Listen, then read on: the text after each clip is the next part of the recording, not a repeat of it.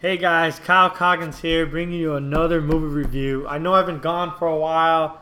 I've been pretty busy, but I feel like today is a day that I'm getting right back into it, and I finally got to see Dunkirk. I've been looking forward to this movie a while, and I just haven't got to see it, and I saw it today. Christopher Nolan, my favorite director. Dunkirk, it's a very different film. I think Christopher Nolan abandons all rules of filmmaking in this film. Like, for instance, character development, out the door. 3 acts to a movie or 3 acts to a story, out the door. Script, nah, script reads me, out the door. Intriguing dialogue, what dialogue?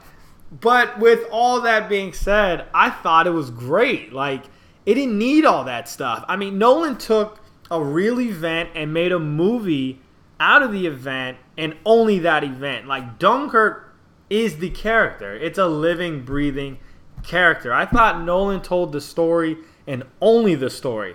And for example of what I mean, like, I love Pearl Harbor, but one thing Michael Bay did was add that love triangle with Ben Affleck and the other two. I can't think of their names right now, and I love her. But that gave the audience an emotional attachment and then Michael Bay made the Pearl Harbor event around that relationship and what happened with that. And that worked for that movie. I'm not saying it didn't work, and I like Pearl Harbor. But Nolan completely said, bump that. I'm not doing that. I'm telling a story and a movie about the event of Dunkirk, and that is it. Dunkirk's about the British and the French being trapped on Dunkirk, and they get out because of the civilian population, and that's it. That's the movie, and I respect Christopher Nolan for that. I mean, Nolan separated the film in 3. He didn't do 3 acts, but he separated the movie in 3 segments, which was land, sea, and air, and they're all scrambled in different times to almost never come together. Why did he choose this unorthodox method? To be honest, my guess was to keep us engaged and keep the wonder. And one way he kept us engaged and kept the wonder, for me personally, was probably the best thing about the film for me, is the constant ticking of that damn clock in the back. Like, it was an hour and 47 minutes of anticipation. That clock, the clock ticking kept you on your seat no matter what time in the movie you were in.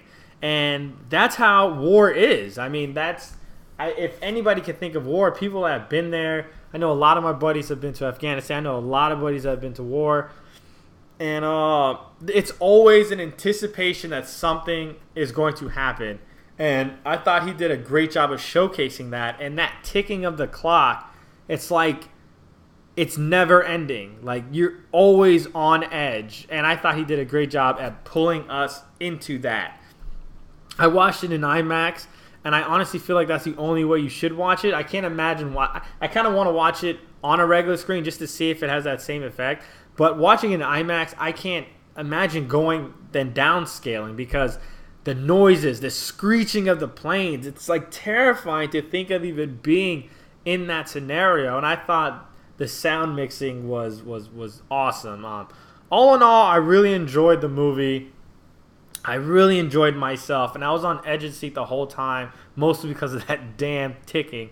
If I had to score the movie, I'd give it a solid 7. It wasn't my favorite Christopher Nolan movie by far, but I love that he tried something new. He did something that I feel like hasn't been done in a very long time, and I can't think of another movie that is similar to the way Dunkirk was made. Like, there's times where I feel like he could have literally had no dialogue in this film, made it a mute film, and it still would have worked. And that's crazy to say in 2017. So, but yeah, I give it a 7 out of 10. I think it's solid storytelling and a unique style. But thanks for watching, guys. Like, comment, and subscribe. I should be coming out with a buttload of videos in the coming weeks, so I hope you guys stay tuned, man. Appreciate it.